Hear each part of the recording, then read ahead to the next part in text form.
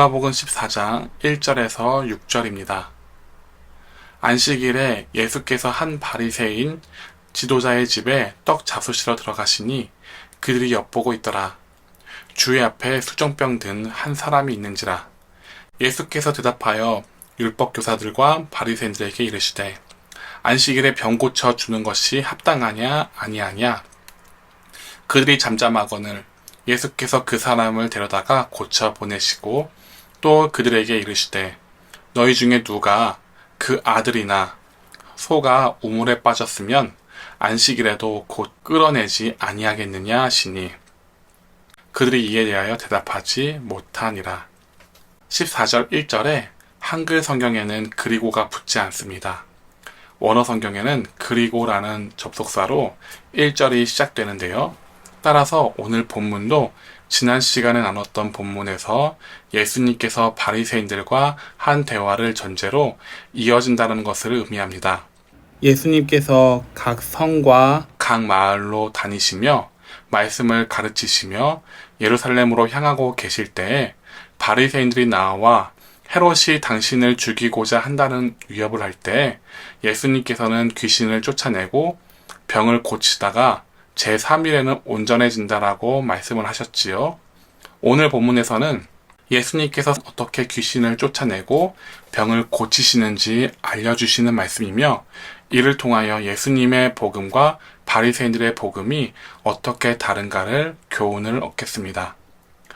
그리고 예루살렘아 예루살렘아 곧 바리새인들 뿐 아니라 그들에게 영향을 받은 유대인들, 선지자들을 죽이고 그들에게 파송된 자들을 돌로 치는 자들이라 예수님께 책망받게 된 그들을 예수님은 어떻게 날개 아래로 모으시려 하셨는가를 이번 본문에서는 알 수 있고 이러한 예수님의 사랑을 깨닫지 못하고 바리새인의 교훈을 받고 따르는 사람들은 어떻게 예수님의 날개 아래 숨는 것을 거부했는지 알게 되는 말씀입니다. 그리고 우리가 읽은 본문은 18년 동안 귀신 들려 몸이 굽은 사람을 고쳐주셨던 사건과 영장선에 있는 말씀입니다. 예수님의 복음은 명확합니다. 지난 주일에 누가복음 13장 32절에서 예수님께서 죽음을 직면하실 때 하신 말씀을 보았습니다. 나는 기록된 말씀을 이루기 위해서 귀신을 내쫓고 병을 고쳐줄 것이다. 그리고 기록된 말씀대로 3일 후에는 하나님께서 정해주신 삶을 다 이룬다라고 하신 말씀이었습니다. 예수님의 삶을 보건대 예수님의 삶 자체가 말씀을 이루기 위한 삶이셨습니다. 예수님의 복음은 말씀을 이루기 위한 삶을 이야기합니다. 다시 말씀드립니다. 예수님의 복음은 명확합니다. 지난 주일에 누가복음 13장 32절에서 예수님께서 죽음을 직면하실 때 하신 말씀을 보았습니다. 나는 기록된 말씀을 이루기 위해서 귀신을 내쫓고 병을 고쳐줄 것이다. 그리고 기록된 말씀대로 3일 후에는 하나님께서 정해주신 삶을 다 이룬다 라고 말씀하셨습니다. 예수님의 삶을 보건대 예수님의 삶 자체가 말씀을 이루기 위한 삶이셨습니다. 예수님의 복음은 말씀을 이루기 위한 삶을 이야기합니다. 그럼 예수님의 복음은 어떤 복음이셨는가를 되짚어 보겠습니다. 예수님께서 처음 공식적으로 복음을 전하기 시작하시던 순간부터 회당에서 이와 같은 말씀을 전하셨고 이와 같은 방향의 삶을 사셨습니다. 누가복음 4장 16절에서 19절인데요. 예수께서 그 자라나신 곳 나사렛에 이르사 안식일에 늘 하시던 대로 회당에 들어가사 성경을 읽으려고 서심해 선지자 이사야의 글을 들이거늘 책을 펴서 이렇게 기록된 데를 찾으시니 곧 주의 성령이 내게 임하셨으니 이는 가난한 자에게 복음을 전하게 하시려고 내게 기름을 부으시고 나를 보내사 포로된 자에게 자유를 눈먼 자에게 다시 보게 함을 전파하며 눌린 자를 자유롭게 하고 주의 은혜의 해를 전파하게 하려 하심이라 하였더라. 예수님이 말씀하신 복음은 말씀을 이루기 위함이셨습니다. 주의 성령이 내게 임한 상태에서 심령이 가난한 자에게 복음을 전하게, 영적 포로된 자에게 자유를, 영적 눈먼 자에게 다시 보게 함을, 영적으로 눌린 자를 자유롭게 하는데, 이 모든 것은 19절에 기록된 대로 모두 주의 은혜의 해를 전파하게 함입니다. 이에 대해서는 로마서 3장 9절에서 12절에 잘 기록됩니다. 그 어느 누구라도 사람은 모두 죄 아래에 있습니다. 죄란 주의 은혜의 해가 없이는 하나님의 뜻하신 말씀을 깨달을 수도 없고 하나님을 깨달을 수도 없습니다. 그래서 모두 치우쳐 선을 행하려고 하나 할 수 없습니다. 로마서 3장 9절에서 12절입니다. 그러면 어떠하냐? 우리가 나으냐? 결코 아니라. 유대인이나 헬라인이나 다 죄 아래 있다고 우리가 이미 선언하였느니라. 기록된 바 의인은 없나니 하나도 없으며 깨닫는 자도 없고 하나님을 찾는 자도 없고 다 치우쳐 함께 무익하게 되고 선을 행하는 자는 없나니 하나도 없도다. 주의 은혜의 해는 말씀대로 따라가기 위하여 반드시 필요한 그리고 선제되어야만 하는 영의 묶임에서 자유케 되는 은혜의 때를 뜻합니다. 즉 예수님께서 오셔서 근본적으로 죄 아래에 있어 결코 말씀을 따라 살지 못하는 사람들, 즉 심령이 가난하고 영적으로 포로로 묶여있고 영적으로 눈이 멀었으며 영이 눌려 자유가 없는 이 모든 문제들로부터 자유케 하는 은혜가 예언된 이사야의 말씀대로 임했음을 선포하신 것이죠. 이렇게 이사야의 말씀에서 기록된 대로를 이루기 위하여 예수님은 영의 묶임에서 자유케 되는 은혜를 그들에게 행하신 것입니다. 32절과 같이 말이죠. 오늘과 내일은 내가 귀신을 쫓아내며 병을 고치다가 제3일에는 완전하여지리라. 예수님이 말씀하신 복음은 말씀을 이루기 위함이셨습니다. 오늘 본문에서 예수님께서 수종병자의 병을 고쳐주신 것도 이러한 맥락인데요. 귀신 들려 생긴 병은 나의 자아가 내 영혼이 묶여있어 자유가 절실히 필요하다는 필요성을 느끼게 해주며 귀신으로부터 자유케 하실 수 있는 분, 즉 하나님이 필요로 함을 깨닫게 됩니다. 그리고 이렇게 생긴 동기가 말씀을 듣고 순종하게 합니다. 그러니 예수님의 말씀에 바로 반응할 수 있었던 것이고 예수님이 내미신 손을 붙잡을 수 있었던 것이죠. 여기서 주의할 것이 있습니다. 예수님이 단순히 귀신을 쫓아내셨고 병을 낫게 하셨다로 그치고 또 복음은 그런 것이다 라고 생각할 수도 있습니다. 개인적으로 생각하기를 이 병이 낫게 해주셔야만이 귀신을 쫓아내주셔야만이 예수님이신 것이고 그렇게 해주시는 것만을 복음이다 라고 받아들이는 것을 말합니다. 치유 자체만을 예수님의 복음으로 보는 것이죠. 이러한 생각은 앞서 말씀드렸듯이 예수님이 말씀하신 복음이 말씀을 이루기 위함이라는 것과 상충이 되지요. 정말 단순히 귀신 쫓는 것과 병 낫는 것이 복음이라면 그렇다면 하나님 나라에 들어가기 위한 비유와 교훈은 왜 누가복음에서 많은 부분을 차지하고 있는 걸까요?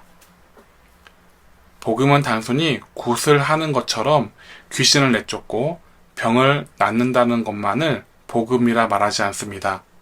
복음은 하나님 앞에 부정한 내가 정하기 위해서 붙잡는 것이 복음이고 병이 낫는 것은 하나님께서 정하신 그 길을 계속 밟아나가기 위한 과정 중에 하나일 뿐입니다.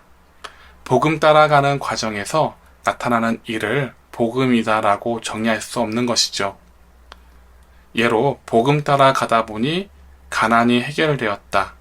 그러므로 복음은 가난을 무조건 해결해 주시는 것이 복음이다 라고 생각하는 것과 같은 이치죠.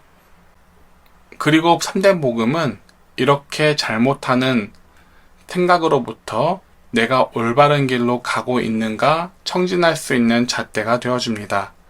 이러한 복음을 따라가기 위해서는 스스로 부정하다, 죄인이다, 스스로가 인정이 되어야 하고 죄인이다 라고 시인하게 된다면 부정하기 때문에 정하게 하실 수 있는 예수님께 나를 고쳐달라 요청할 수 있게 됩니다. 여기에서 복음은 누구에게나 필요한 복음이 되는 것입니다. 그러나 아무나 복음대로 나아가지는 못합니다. 누구에게나 절실히 필요한 복음인데 왜 아무나 복음대로 나아가지는 못하는가? 왜 그러한가를 본문에서 바리새인들이 생각하는 것을 통해 그들이 생각하는 복음에 대해서 살펴보려 하는데요. 그러기 위해서는 먼저 수종병에 고생하는 사람의 모습을 바리새인들은 어떻게 바라보았을까 관찰할 필요가 있습니다. 먼저는 수종병이 어떤 증상의 병인지 설명드리겠습니다. 수종병이란 다른 말로 고창병이라고 하는데요. 이 병은 체내에 물이 차서 몸이 붓는 병을 말합니다. 물이 땀과 소변 등으로 체외로 배출되어야 하는데 몸으로 흡수가 되어 몸이 붓게 되는 상태를 말합니다. 수분 대사가 잘 이루어지지 않는 것이죠. 대사가 잘 되지 않는 이 병으로 나타나는 다른 증상으로는 배에 가스가 많이 차 숨쉬기가 쉽지 않기도 합니다. 수종병이 귀로 나타나면 메니에르 병이 되기도 합니다. 난청, 현기증, 이명이 오는 질환이지요. 발생 원인은 과로 그리고 스트레스와 상관관계가 있다고 합니다. 그러니 이 본문 속에서 수종병도 마음에 부담을 주는 정신적 나쁜 영향인 스트레스를 받고 있었던 사람이라 추측됩니다. 성격이나 기질 등의 내적의 원인이든지 사람 관계나 환경 등의 외적인 원인이든지 어쨌든 그 원인에 의해 몸에 해소할 수 없는 과로와 스트레스가 수종병을 가져다 주었던 것이죠. 이렇게 수종병을 가지고 있는 사람이 어떻게 회당에서 신앙생활을 하고 있었는지를 추측해 볼까요? 정황상으로 볼 때 율법주의를 교훈하는 바리새인들은 계속 내가 지켜낼 수 없는 법을 주입합니다. 그리고 못 지키면 죄인으로 정죄를 하게 됩니다. 이때 나도 바리새인들의 교훈을 따라 외식을 하여 죄인이 아닌 것처럼 해야 하는데 그것은 싫으니 정신적인 데미지를 외식하는 사람들보다 더 많이 받게 됩니다. 더 나아가 사람들의 정죄에 눌려 하나님도 진짜 그런가 보다라는 왜곡된 신앙을 가지게 되어 하나님께 내가 받고 있는 정신적 데미지를 고백하지 못하게 됩니다. 그가 무리의 눈치를 보며 생각하게 되는 하나님은 나를 계속해서 압박을 가하는 하나님으로 생각하게 되기 때문입니다. 그러니 하나님께 맡기지도 못하고 하나님은 채찍질 하시는 하나님으로 생각하게 되니 내가 죄인이기 때문에 하나님이 필요하다라고 말하지도 못하게 됩니다. 이러한 생각에 물고 물림이 자신을 괴롭게 만들어 몸으로 더욱더 오게 되었을 것입니다. 이런 증상을 가진 사람을 볼 때 외식하는 바리새인들이 보는 복음의 눈은 수종병을 고치셨던 예수님의 복음과 다릅니다. 지난 말씀에서도 18년 동안 귀신 들려 앓고 있었던 여인에 대해 회당장은 그랬듯 외식하는 바리새인들은 안식일에 병 고치는 일을 좋아하지 않았습니다. 율법이 그러하니까 사람이 이렇게 되어도 어쩔 수 없다. 귀신이 들렸어도 병이 걸렸어도 라는 생각을 하였고 그 생각이 점차 굳어져 이것이 하나님의 뜻이다 라는 생각으로 합리화를 하는 데까지 간 것입니다. 그리고 이러한 합리화는 수종병 들린 사람을 정죄하게 됩니다. 이사야의 말씀과 같이 영으로 눌린 자들을 자유케 하시는 은혜를 선포하시는 예수님과 상당히 대조적이지요. 3절입니다. 예수께서 대답하여 율법 교사들과 바리새인들에게 이르시되 안식일에 병 고쳐 주는 것이 합당하냐? 아니하냐. 예수께서는 이렇게 외식하며 스스로의 신념을 합리화하고 있는 율법 교사들과 바리새인들에게 질문합니다. 안식일에 병 고쳐 주는 것이 합당하냐? 합당하지 아니하냐? 라고요. 병을 고치다 라는 단어의 기본형은 데라퓨오입니다. 이 단어는 누가복음에서도 대부분 사용되는 단어인데요. 이 단어의 뜻은 시중들다 혹은 찬양하다입니다. 그러니 이들을 향해 예수님이 물어보신 의도는 그냥 병원에서 고침을 이야기하는 것이 아니라 안식일에 하나님의 뜻하신 일을 찬양하는 것이 옳으냐, 옳지 않느냐를 물어보신 것입니다. 하나님께서 현재 나에게 인도하신 뜻을 내가 깨닫는 것을 찬양이라 합니다. 내 영혼이 하나님에 관하여 왜곡된 부분이 풀어지게 되면 당연히 하나님의 위대하심을 고백할 수밖에 없는 것이죠. 이러한 고백을 많은 이들이 기뻐하였다는 것을 누가복음 13장 17절에 꼬부라진 여인이 고침받은 사건에서 사람들이 그 여인과 함께 기뻐함을 통해서도 충분히 알 수 있습니다. 수종병 걸린 사람이 말씀이신 예수님이 행하신 복음으로 인해서 눌린 영이 자유케 되어 하나님께 왜곡된 부분이 풀어지고 왜곡됨으로 가려진 하나님을 바로 보게 된다면 그 하나님께서 내게 하시는 일들을 깨닫고 찬양을 안 할 수 없게 되는 것이지요. 그가 찬양을 하게 된 것은 말씀 따라가 보니 그의 몸이 나았다라는 과정 속의 한 사건이 아니라 나의 영을 자유케 하시는 주의 은혜 때문인 것입니다. 다시 말씀드리지만 복음은 치유 자체가 아닙니다. 내 영혼이 회복되는 것입니다. 그러니 4절에 그들은 잠잠히 있을 수밖에 없었는데요. 안식일이 하나님을 찬양하기 위해서 존재하는 날이기 때문이었습니다. 이때 수종병 들린 사람을 고쳐주신 것이고요. 예수님이 의도하신 복음은 이렇습니다.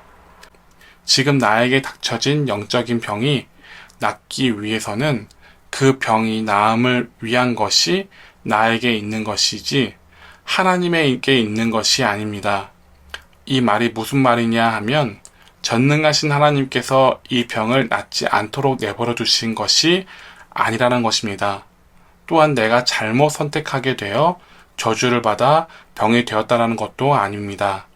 내가 하나님의 뜻을 몰라서 깨닫게 하시기 위해 병을 허용하셨다입니다.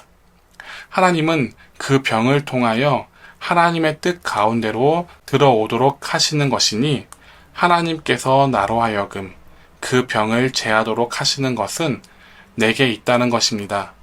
내가 깨닫는 것에 달려 있다는 것입니다. 은혜의 해는 예수님으로부터 선포되었습니다. 말씀이신 예수님이 오셔서 영이 눌림과 모든 병으로 자유케 하시는 은혜가 예수님이 전하는 천국 복음에 반응하는 모든 사람에게 이루어졌습니다. 그런데 그 복음에서 오는 은혜에 반응하지 않는 자들, 즉 암탉이 자기 새끼를 날개 아래 모을 때에 그 안에 들지 못하는 이들은 암탉의 빛 대신 예수님 아래, 즉 말씀 아래 거하지 못하는 것이라는 것이죠. 바리새인들의 복음은 앞에서 언급했습니다만 저주를 받아서 병이 걸리는 것이라 보았고 그래서 오랫동안 낫지 않는 것으로 보았습니다. 그리고 그 사람을 보고는 계속 저주를 받고 있구나 생각하고 넘어가더라는 것입니다. 따라서 바리새인들이 바라보는 복음은 저주를 받는 자는 하나님 안에 있지 않는 자이니 형제와 자매가 아니다라고 단정지어 생각하였습니다. 그러니까 내 이웃이라 생각하지 않은 것입니다. 그렇습니다. 내 이웃을 내 몸같이 사랑하지 않았을 때 바리새인들은 그들이 단정한 복음을 복음이라 생각하는 착각에 빠져 있었습니다. 이때에는 아무리 예수님이 이 땅에 오셔서 친히 말씀을 가르치시고 삶으로 나타나 보이셔서 마귀로부터 보호를 받도록 하시더라도 이들은 그 진리 안으로 들어가 숨지 못했습니다.